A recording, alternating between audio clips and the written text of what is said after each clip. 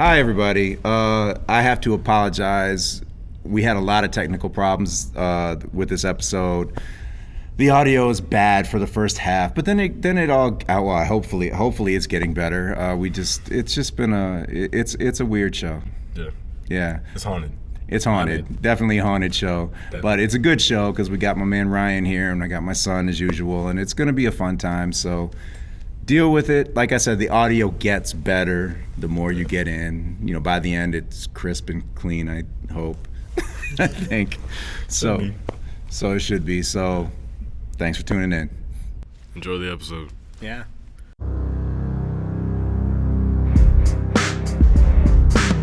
Hey, Craig Derek Jones. Devin Jones. Hey, how you doing? We're a father-son review team. We're going to talk about Ghostbusters Afterlife today. We went and saw it, and we're going to tell you how we feel about it. But we really couldn't do the show today, a Ghostbusters segment, without bringing on a real Ghostbuster. This is Ryan Holmes. Hey guys, how's it going? Go ahead and tell the people a little bit about who you are and what you do. Well, yeah, like you said, I am officially the realest Ghostbuster in this room at this moment, as long as it stays this way. But yeah, I am so glad you have me here. I'm Ryan Holmes. I am an artist, I'm a teacher, and I'm a Ghostbuster. So a little bit of everything, jack of all trades, not getting paid as much in any of them.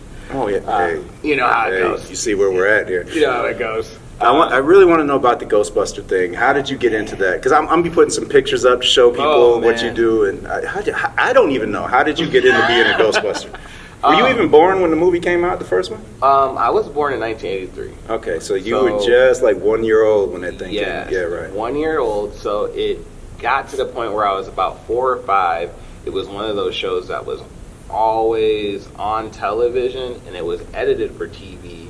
So parents were okay with you watching it. I don't really think I ever saw. I was just thinking about this really before we did this. I don't think I ever watched it officially, like on a real videotape and or the official version until like I was maybe a teenager or older. Because I feel like it was kind of scary, man. You know? Well, I feel like it was always like I saw it, but I either saw my best friend's copy that has got taped off of TV, right, or like the ones I had, and then Ghostbusters 2 was the rites of passage because I was watching the cartoon a lot. My number one Christmas gift as a kid was a firehouse and a car, 1 year together, and it was like I was over. Right.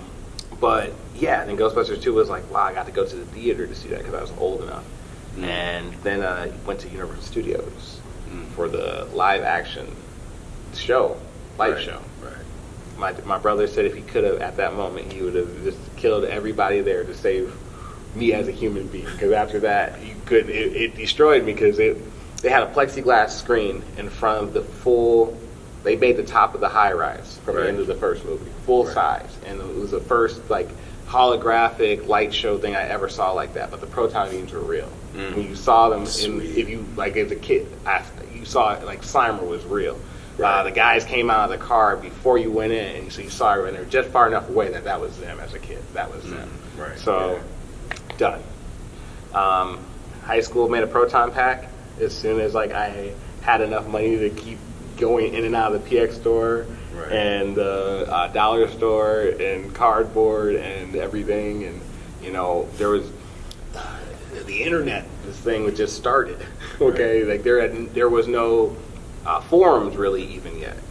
People were really just a couple people. Like I was at Universal Studios or I was at Hard Rock Cafe and I saw the pack. So there's like 5 reference pictures.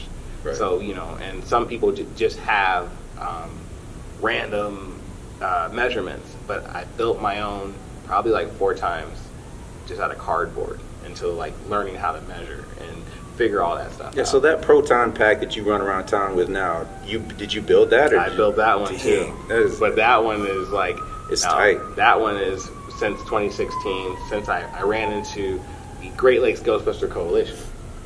So now we live in a world that has different chapters and different forums and groups. So there has been a group that I didn't even know existed in Michigan. Walked to a Comic-Con, and they had a car. They had about 10 guys in full suit, slime blowers, functional, blowing in the hallway, and I'm just like, never seen anything like that in my life. I was always been by myself. Right. So that was like, wow. So that's cool. You got to just meet other people like you. Yes. That's and sweet. in turn, it's like, well, Lansing doesn't have a group. Start a group in Lansing. So you started the Lansing Ghostbusters? I did. Oh, man. I did. And I found, same year that happened, Aaron Aikman, because it was the 2016 movie, he had the Cadillac that they used in that movie. Him and Jerry Joski, and I think I want to say less than a month, transformed it and turned it from a hearse that was already out there working into the Ecto 1. So Was that the one y'all parked outside the theater? Yeah. Yeah, we got a picture of it. Yeah. You know my son? Have you ever met Devin? Probably not. Probably not. He was like, I think I would have remembered this guy. Probably. He's got a proton pack, but I mean, he knows who you are because he's seen y'all around town with the, Okay. Yeah. So y'all do like parties and stuff, or you just, schools and. When we started doing this stuff, they kind of showed me what it's a cause play, like doing it for a good cause. So like you use the equipment and stuff, but it brings a focus to something else that might need it. So Ellie's Place, their 5K every year now since I started with them. Taking a car there just for like a photo op to get like people smiling and stuff, and then just being there. Give high fives when people are going around. You're going to make me cry on that. Ellie's Place, for people who don't know, it's a place for grieving children where, a sibling or a parent or grandparent dies. They go there to be with other children with counselors, and it's free. And Ellie's Race is just so amazing. It was kind of cool, too. Unfortunately, because of COVID, they couldn't do it in person, so they did it virtually. But I had myself moved virtually into making my videos. So I was able to make the some videos. Cool stingers. You know what? I'm gonna put one of those videos at the end of this. Like, these little videos, because it looked to me, because I'm a filmmaker, it looked to me like you just go out there with a camera by yourself. You just set it up and you just act, and then do the edit. Yep. I respect that. That is completely what it is. Man. Someday, we're gonna do it. We're gonna partner up, make a badass Ghostbusters video. Now it's on video, it has to happen. It has to. Hey, but I'm everybody in the media center here. We're gonna get on board. Yeah, and because that has been the thing. Our group the Lansing group has grown. We went from 4 guys to, oh my goodness. I saw a gang of y'all on a picture, man. There was a lot of you. Yeah, and this That's is pretty sweet. It's really cool because we do have more causes, we do have more things, and to be able to split up, because that's what the Detroit and the Kalamazoo teams do. Right. One weekend now, we can have a couple people at Park Zoo, we can have some people at Impression 5, we can be, we can do different things in segments, so that's really cool. It's kind of weird to become the leader of this thing. Yeah, I didn't know you were like that. I didn't know, because I know you, but I don't know you. Yeah. Like we always like, hey, it's game recognized game. Just hey, that's that guy that does cool stuff. But it's cool. I'm glad you're here, man. I don't have unlimited space, so we better get to the movie. Let's get it. We're talk about the movie. About this all day. I know. We do like a parent's guide a little bit. You want to do a parent's guide? I'd say you're fine for the most part. It could be a little bit scary. There's one death that is kind of gruesome. That's kind of got some Mortal Kombat type stuff in there for a minute, but it's not gory. It's just fast. I slept through that. I don't know. No, I don't know. With the Evo Shandor, he gets ripped in half. Oh yeah, okay. Yeah. I would think if your kids have seen the first Ghostbusters movie, they'll be fine with this one. I think it's not that scary, But the first one, I would say is scarier than this. Really? I think they're about the same. None of them are scary, but it's not. The first one, it feels like the 80s, and the 80s feels more realistic. Right. And that darker tone it resonates more. Yeah, the 80s we didn't sugarcoat stuff back then. It was just boom. The first one hits a lot different. The first one wasn't made for families anyway. It was kind of made just to make it, And you can, anytime you have the children be in peril, you have the opportunity to really ramp up the horror. That's why It 1 works better than Chapter 2, because the kids are in danger. But in this, I think they did tone it down more so that you didn't really feel necessarily overly I don't even they keep referencing Stranger Things, I feel like Stranger Things has a little bit more tension from time to time. Stranger Things is scary. Yeah. Yeah, this is like you said, it's if they watch the first movie, if your kids watch the first movie, they'll be fine with this one. It's fine. Like in this movie, it was always like, even when it was supposed to be scary, it still felt like lighthearted. Like it didn't seem like the kids were like going to die at any point. Yeah, Right. lighthearted. I thought the scariest part was the mother when she was, Yes. that was pretty scary. But when she was possessed. But- Mild spoilers here. We're not going to spoil the whole movie. But No, but like, yeah, that was great though, because it was cool, because it was like, it was kind of, I feel the same way. I was like, but as an adult watching it, I was like, I was enjoying the callback, but I was like, I kind of wanted to see a kid watching it, because I was like, I felt like the old person, like the old head at that point, where we're like, you don't get it, but yeah. you'd be like, all right, well, so that's a parent's guide. Let's talk about the movie. Who wants to go first about how you felt about it? Why don't you go ahead and talk a little bit about the movie? I think overall it was pretty enjoyable. I'm not the biggest Ghostbuster. I mean, I'm not a Ghostbuster, but I still love watching Ghostbusters and stuff. It's a cool universe. It's always fun. The first movie is dope, but this one, it's enjoyable. I'd say like a little. I'm just gonna be biting off your gripes if I be talking. Oh, you want me to explain the few gripes but Yeah. did you like the movie though? I enjoyed it. It's an enjoyable movie. Like, it didn't bore me. I was enjoying. Okay, we'll get into the gripes we have. They're minor, but they're there. Yeah. So why don't you go ahead? Because we're just going to sit here and just listen to the Ghostbuster talk about, This is your episode for the most part. Yeah, basically. Well, no, it was cool, and I really appreciate this. I did see it twice. I saw it on Thursday, and then I went back on Saturday. Because did you watch it when you were at the theater being a Ghostbuster? Or? Well, that was the thing. I had reached out to the theater ahead of time and said, hey, we really want to be a part of your opening. We think it'd be fun, but if possible, if we could see it ahead of time, so it's not ruined for us. And they really came through, and they got us a little private screening. It was the same. It was Thursday night, but it was just us, and we got to have popcorn and pop and stuff. So it was really nice, and we dressed up. Some of us dressed. Well, I think the majority of us dressed up for that, and then we were outside the days after that. Right. So I gave myself a day in between, because I left and literally went across the street to Walmart and then bought like all the action figures and like in my suit. So like, of course, I was like. I was junkied out, man. Like, I couldn't go to sleep for 2 hours. I was just like the nostalgia. That's why we want you on the show, nerd like us, man. Yeah, I was gassed up on that nostalgia, man. Gassed up. But I was like, I'll take a day and really stop, because I knew what I was doing, and I was like, okay, I need to really think about it though, because I'm a cinephile. I love movies, and I have a passion for it. I really was looking forward to seeing that son, what he was going to make of his dad's work, knowing that they were two completely different filmmakers. I was not going in to really necessarily watch the Ghostbusters 3 per se. I think a lot of people want or think that they're gonna, Right. I knew that wasn't gonna happen. So my expectations were high, but not like for that, like I don't know, like going back to that world the same way. And I really enjoyed it on both levels, actually. I didn't know I was going to enjoy it as much as a connection to the Ghostbuster movies, but I enjoyed the movie that his son made as well.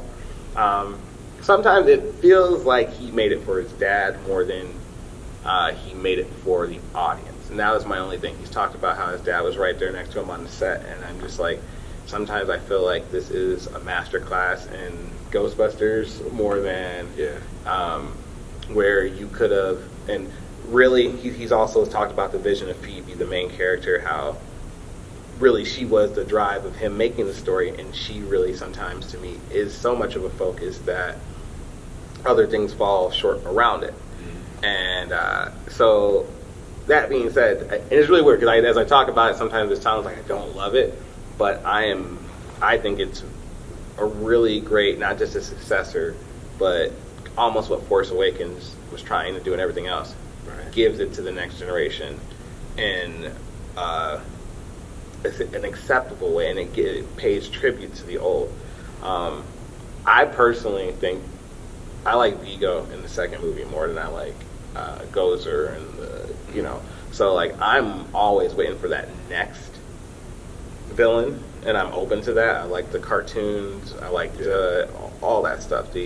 So I'm always waiting for the next thing. But for them to, like I said, it was a master class of his dad's original movie and the concept. So some of those things come back, and I'm okay with that. And the one thing that I really love is it's a lot practical. Right. You know what I mean? Yeah. Outside of the Walmart scenes that we've seen a lot in the trailers. Right, yeah. With the member berries, like the white member berries, literally, that's all they are. Dang. Yeah. But they, dang. yeah, I mean, they're, you can take pulling no punches, man. No punches. And look, you can take that entire scene out completely, and nothing really changes too much. Like True. until you take it till he runs into the parking lot. You can start there. Yeah. But I do love the Terror Dogs, and I love that they kept them for the most part all practical. Like when you saw it, it was there. You was like, I knew this is a pup, so that to me was really cool. But I'm excited as a Ghostbuster. There is something that I wanted to happen, and there was I wanted it to go in such a way that validated what we are doing. Yeah, like we all want an Avengers moment, I think, as like these Ghostbusters were like they put some like screen up of like a map, and then like we're all on the map, and it's just like, yeah, there's a bigger world out here you never knew about. But in time. But I do feel like it is passing off to that next generation. It is passing off to the concepts, especially within the 2 after credit scenes that I love the after credit scenes, man. yes, Those are my favorite part of the movie, those two scenes. And they were really well done as far as like usually one gives you like that glimpse, but the other one is so it's another place you wanted to sit in that world. I could have done that for an hour with so many of those characters. Yeah. And but I'm glad that they did that and they thought of doing that. I am too, because honestly, that's what I want to see, man. Nothing against the younger cast and all that, but I want to see I love those people. I think it'd be nice if they made a sequel where everybody can come together with it. Yeah. So where you can have the kids like. For the kids, honestly, you can have your new generation of Ghostbusters, but then you can also have the old ones, maybe like mentoring them. I think that could be kind of dope. Yeah, it could also suck, but no. I honestly see, like I've been saying, like if you take the Phoebe character, I see her being like Nancy in Nightmare on Elm Street. The first one is great, and we get her, we know who she is, but when she comes back by Dream Warriors, she's a little older, right? And she's ready to be like helpful in a different way, and she can put together like this group. So I really kind of want, this is not spoiling anything, but like in my head, I see a scene with Podcast and Phoebe, and it's like Uncle Buck, but they're in the firehouse and they're just interviewing people. And they're doing that back and forth thing where it's just like you did it, and like people are just overwhelmed by them but they're kids because they're asking all these serious questions, Right. I want that so bad. Like I want to see them. They're not in the field, but they're integral parts of like they're back and you have a character named Podcast. Podcast doesn't have to be a Ghostbuster. Podcast can be a podcaster who's in the spiritual world. Like it'd probably be better to keep him a podcaster, actually. Yeah. He could start like a Ghostbusters podcast. Yeah. Right. And be into the merchandising too, and that works. Yeah, I like that. He can be like the social media aspect of it. Right. Yeah. That'd be sweet. Yeah, that'd be good. I feel like because you can now because the thing is,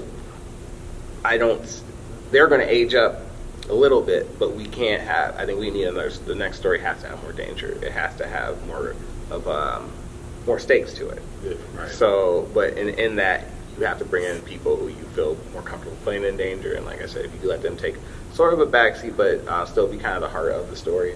And then, like you said, like Ernie Hudson, I think he could do backflips still if he wanted to. But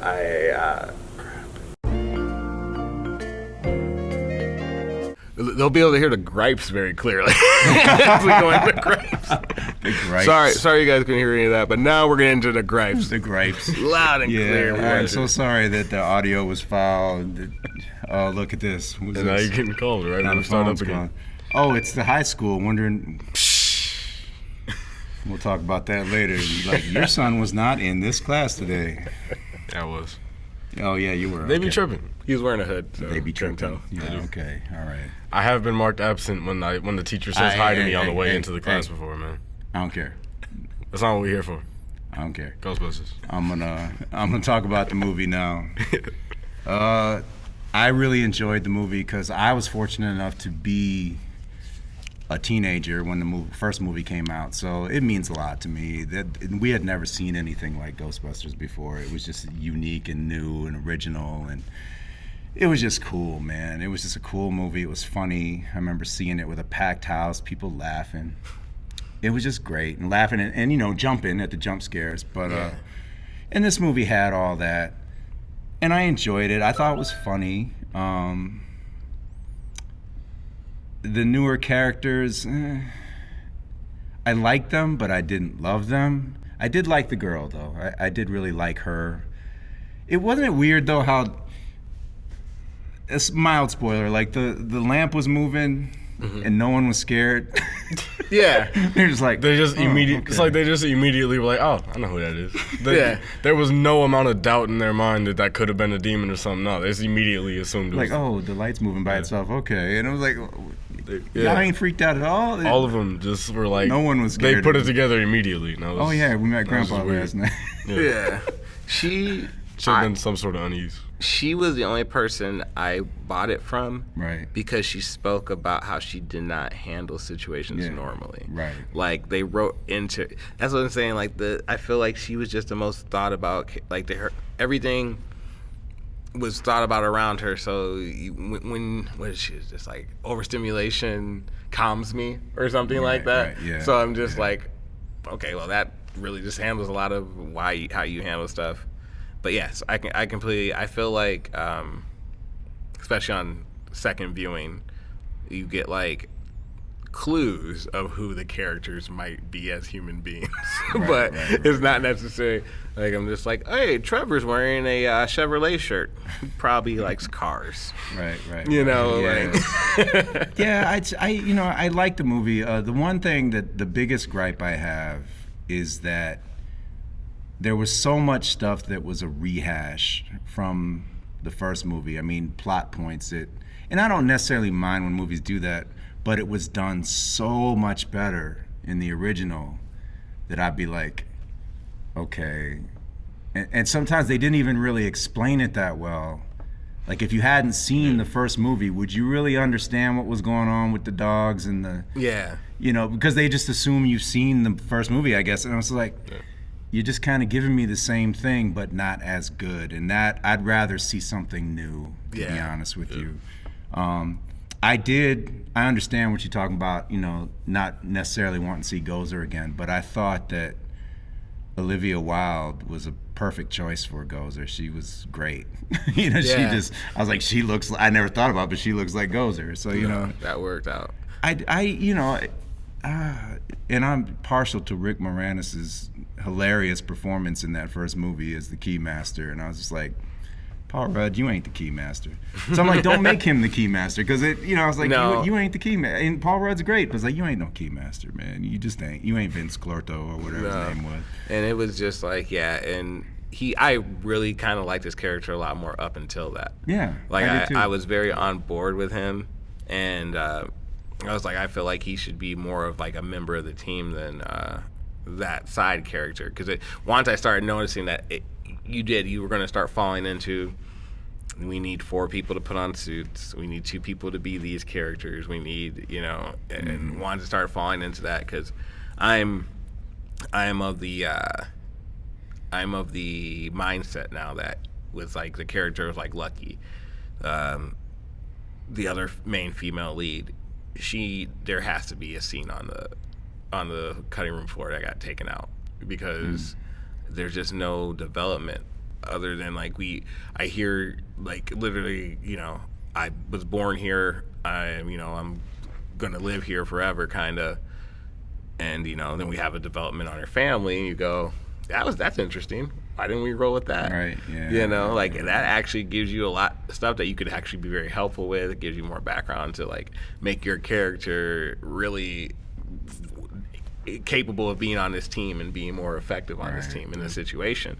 Yeah. But yeah, to speak to what you said though earlier about like it being the original stuff. When we have the, you know, one of the set piece scenes of like the, you know, going after a ghost, you know, it's an original ghost, and we're seeing new things happening with the vehicle and like a new dynamic with the team, and I'm enjoyed. I think I enjoyed that part the most because I'm like, yeah, they're doing the thing, but it doesn't feel it's all has some different beats to it. Right. And that was promising.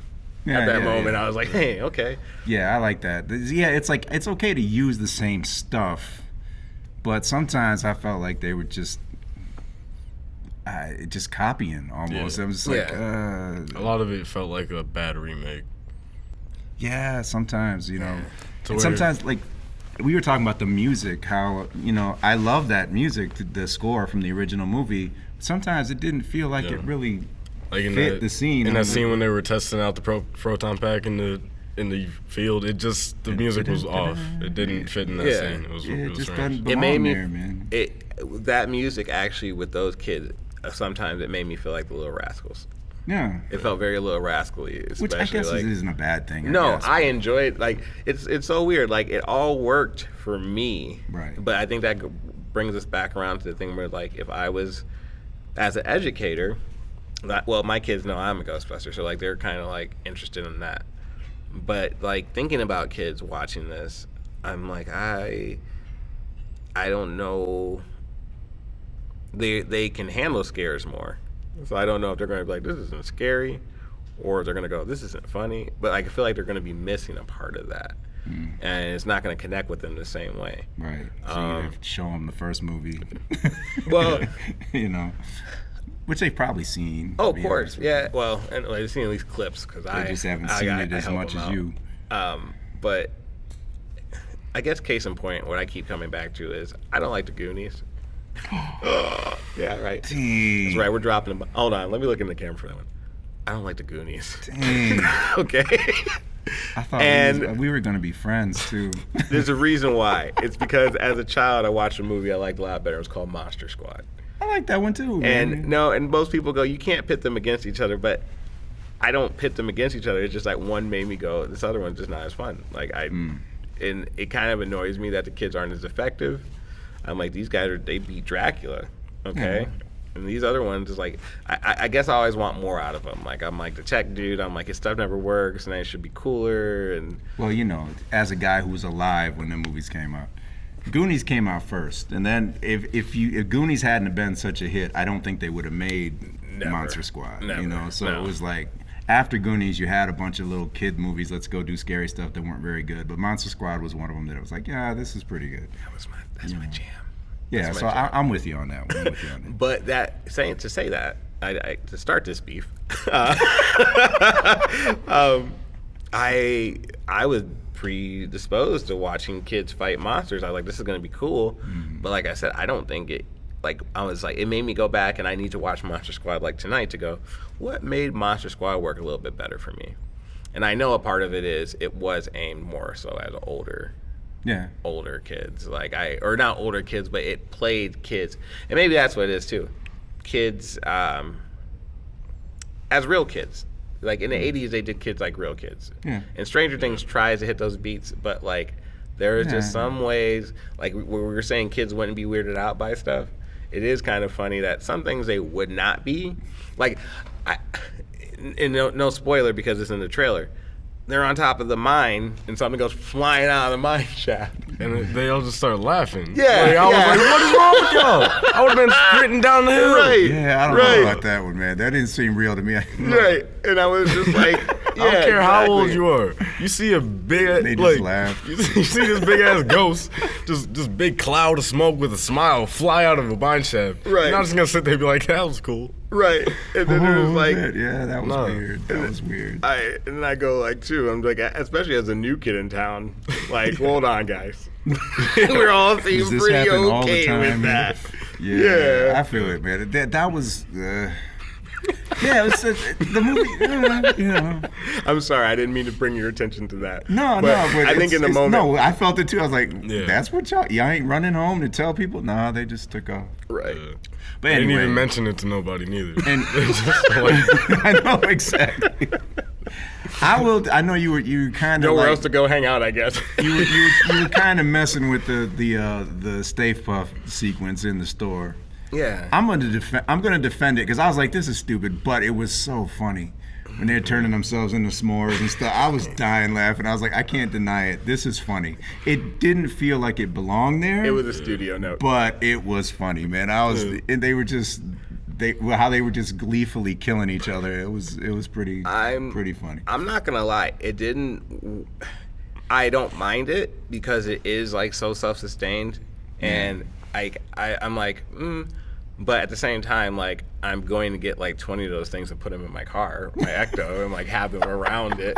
Like I got a little dent. I'm like, dude, it'd be cool if it looks like they're making it. Like I'm going to integrate that, but like in the back of my head, I'm just like, what manifested them though? You know, and why are they there? I don't maybe understand. you know, like it's horrible, but maybe like I needed like a Coca-Cola to come alive too. Let's switch it up a little bit, like, at the end of the day, in the end of the day, there was no sour taste in my mouth. Like I enjoyed myself leaving, and the second time that I watched it, that was the thing that I also found. It's quick enough that none of those offenses, like something just flew out the mine shaft and everybody's like, like something else happens quick enough that you don't really dwell on it until you sit and dwell on it, and then you're like, that might be a problem for me though, how it moves so fast and it kind of the narrative's kind of it doesn't flow. It just kind of it's good then it's not, and it's good then it's not. You know, a lot of stuff happens and you think about it for a second, but then there's something else that you need to be thinking about immediately. So you're just like, all right, whatever, move on. Right. Which is not the best, I would say. Usually you want to have room for your scenes to breathe in between, but everything was just so fast-paced, so you have to think about it immediately. And, like, the original movie, like, that's part of, like, that's why it's GOAT, because of its pacing. Yeah. But at the heart of it, as I get older, it's about starting a business, and no beat of it is lost because they're all part of that. You know, the end gets into like an action thing, but like, well, you need to get money to get the business, and then you need a car, and then you need to get a client, and and it's like like everything goes. We need our first job, and then like we become successful. Like all of it is to stay on that target of this is how you start a business. So like I don't know if this one went the Fast and Furious route of like family, that's our thing. Like, you don't know what this is about, it's family. But I don't know. I think it needed something else more maybe to hold on to. That brought all the characters back to it. Something of its own, Yeah. Like, okay, all right, now we're gonna, at this point, there's gonna be some spoilers. So if you haven't seen the movie, What's wrong? turn this off and go see the movie and then come back. Okay. Yeah, I mean, I'm not going to spoil it completely, but it was weird to me how they all showed up at the end. Because I didn't understand why. Because when she was on the phone, when she called Dan Aykroyd, did she ever say, there's ghosts here or anything like that? I need help. Why did she call him? I don't really know why she called him. Right. She just kind of talked about her granddad for a minute. Yeah, which was cool. I like that. But It was all exposition. But I'm like, you at some point, why would he know to show up? I don't really. The only thing that she gives him at the end as a stinger is that she is the granddaughter of Egon. Right. Yeah. So if they were aware of where Egon's farm was, that's my whole thing. Why would they go there though? I don't think she ever told him there's ghosts here and Gozer's here and there's weird shit happening. And like she didn't tell him where she is. She didn't tell him like that there's stuff popping off. She didn't say anything about the Ghostbusters really. I mean, did she? I don't remember. She didn't really like she was just asking him questions about them and stuff, and why he was off on the farm alone and everything. She was just learning more about her granddad. And it was also weird, like you said, it was weird that she did it then when she's in jail.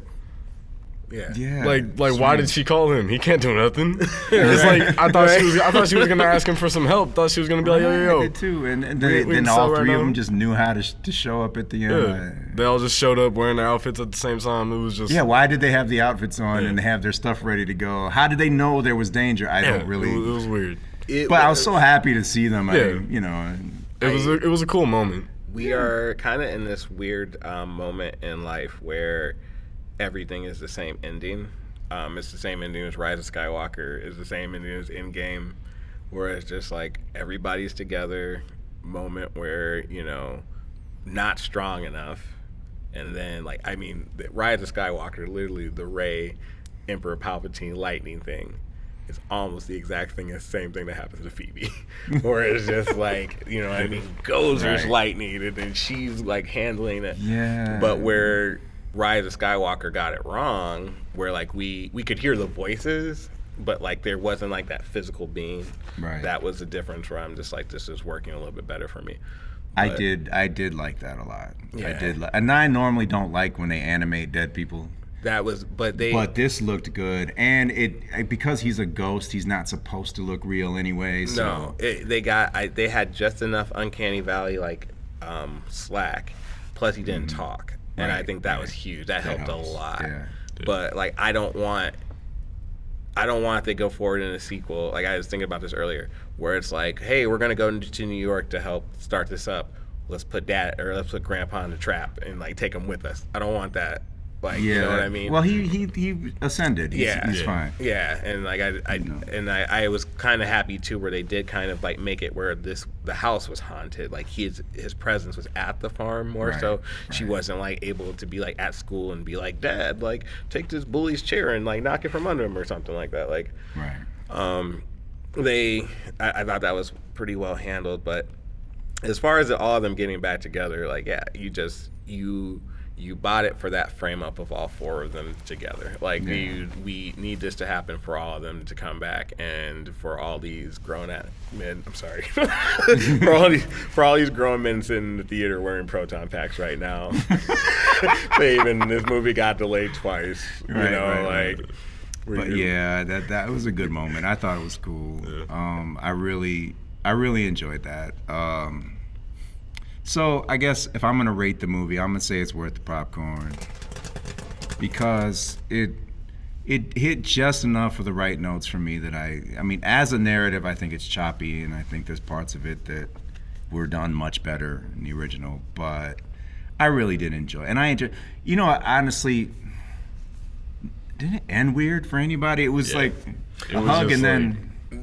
For Harold, I love that. It just of course, stopped. yeah, I teared up a little bit, but then it's cut to this shot of the bridge for some reason. Then that cut, and then we're to After Effects sequence, and then we go to the mid credits, and then we're. Yeah, I was like, what's but going on? if you didn't have the mid credits and stuff, I completely agree with you, and it's because really from the moment that they slide down the poles, put their outfits on, and they go into that end part of that third act, it gets really fast. Yeah, it's too fast, and then because it's so fast, you think it's heading to something more than that. Yeah. So when it pans up, you're already okay, this is going to be the big payoff, and you feel like there's going to be. Yeah, there's no. And there was no resolution. I was telling him what would be perfect is if you as long as you're stealing from the first movie anyway, you have them in town celebrating with the Ghostbusters theme song playing, with the town happy, because the ghosts were all over the town, and clapping for them the same way you did in the end of the first one. I think that would have been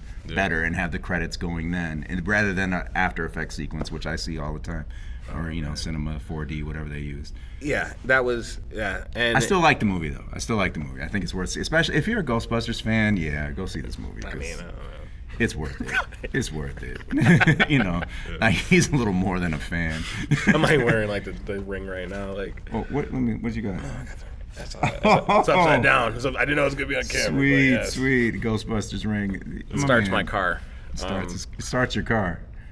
I'm just kidding. Okay. That's a dream. You gotta head to something. All right, rate the movie. I'd give it worth the popcorn, because it's hard to not compare it to the first one, And even if I hadn't seen the first one, I still think I'd probably give it worth the popcorn just because the pacing is so weird. And comparing it to the first one, the stakes don't seem anywhere near as high to where, you know, the whole movie they're talking about saving the world, but it doesn't feel that serious. There's not enough buildup, I feel like. Where in the first one, with all these ghosts flying around New York and stuff, it feels massive. Like, it feels like this is a big problem that only they can solve. In this, everything just kind of happened. And wasn't a fan of that. It was an enjoyable movie, though. I still loved it, and I'll, you know, watch it again throughout my life. But I just feel like there wasn't, like it could have been a lot better. I'm happy with what they did. I'm glad it didn't suck, but, you know, I think there was a bit too much, which happens every time they do this. I feel like there was a bit too much just like, hey, you remember Ghostbusters? Where, like, I think the movie did a decent job of, like, reviving it to where, like, you know, like, now a new generation of Ghostbusters fans can be made. They watch this and they'll go home and be like, Dad, I want to watch Ghostbusters, and they watch the first one and realize how better it is. And just like, you know. I don't know, maybe, you know, because the little kids, they see something different in it. They might not, but I, for one, I wonder if I would give it worth popcorn if I didn't love the first movie so much. If I had never seen it, I don't know. Was nostalgia messing with me? You know, I don't know. That's hard, man. Would on its own, would I give it a, you know? I probably would, because there's enough there. It's funny. Yeah, the movie's funny, man. It is a really funny movie. Yeah, everybody comes to play. I don't think anybody phoned it in. No, I don't think that anything. It was just underutilized. Like for me, like now that we're like more in spoiler territory. Lucky's dad is a police officer. There's a point where they need their equipment out of the jail. I like where they kind of went with it on special effects level, but she could have got their equipment, or we could have had a scene where like her and Trevor, like, well, Trevor asked her, why are you here? Why are you in this town? She could have been really playing him and known everything about him and everybody else because she goes through the police records for fun. Right. Or, you know, there's a scene where the stuff is in the impound and she's like, Trevor, let's go get this proton pack out and mess with it. So it's almost like a mirror of the scene that Phoebe has, but it's two teenagers with the proton pack messing around instead of this girl who knows what she's doing. Yeah. But anyway, it sets her up so that in the end, when she comes out blasting, wearing the suit and everything, she knew what she was doing. I feel like her character could have done something. Yeah. She really was just there. Her character didn't have, like she wasn't much of a character. She was like a filler to me, I think. And, like, I still enjoyed her character, but there's not, like, it didn't feel personal anytime she was doing anything. No. You know, and, like, Trevor was, like, falling in love with her. I'm like, why? Yeah. Because he's a teenager and she was cute. Yeah. That's about it. Yeah, exactly. But I feel you on that, because that took it so far, though. I'm just like, okay, I know why you got out of the car or whatever and stuff like that. And I did like the whole, this is my boyfriend's sweatshirt thing. Yeah. Like they had a good back and forth, but I like that. Like, yeah, just one more scene of them figuring out what their whole thing was.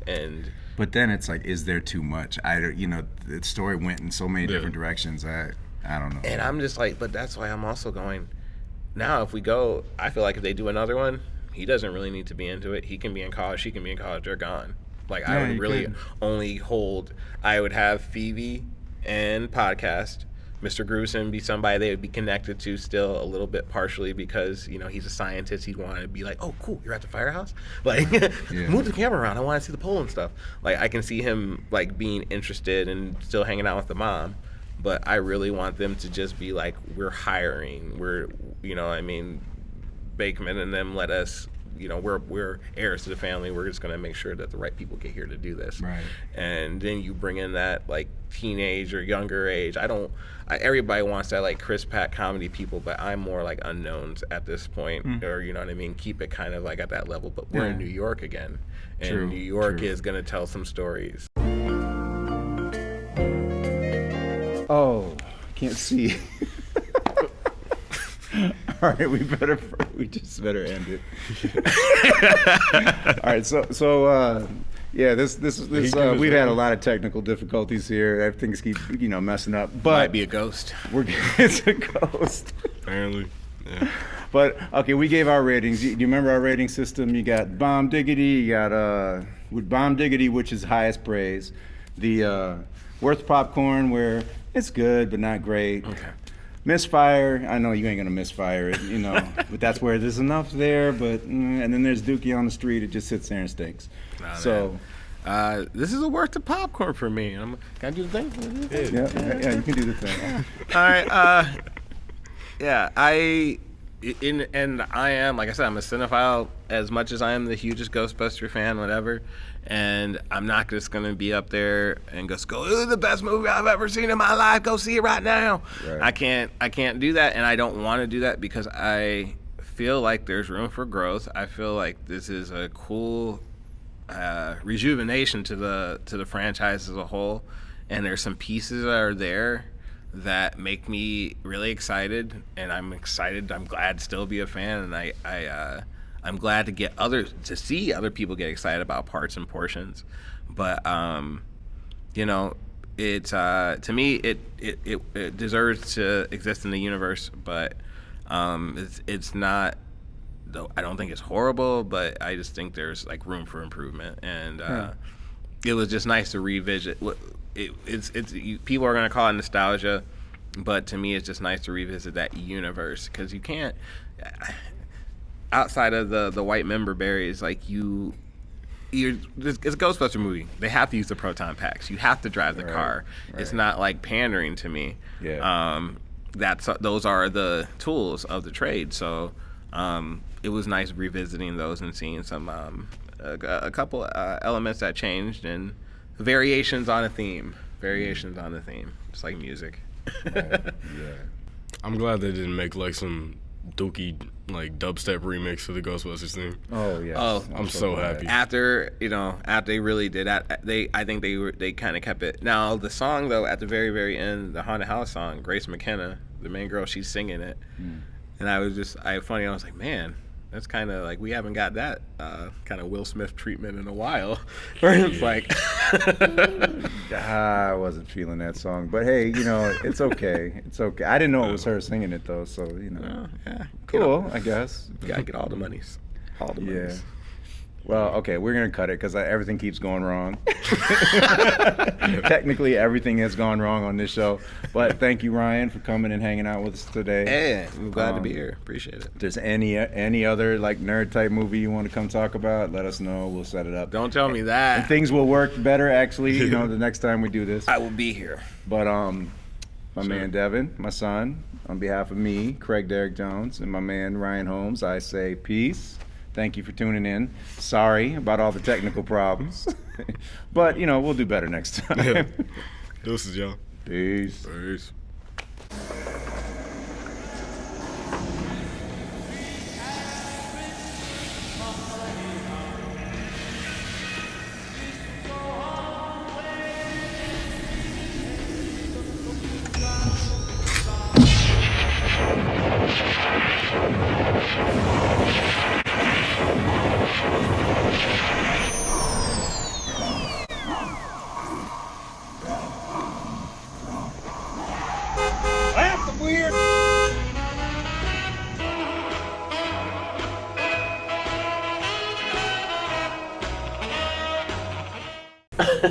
We edit the show, so All right. if you say something you don't want on there, just tell me. I'll cut it out. But come on, we're talking about Ghostbusters. George Bush does not care about white people or black people. Oh, white people.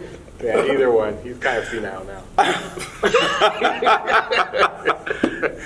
You mind that being on? Because that's a good open. All right. We got.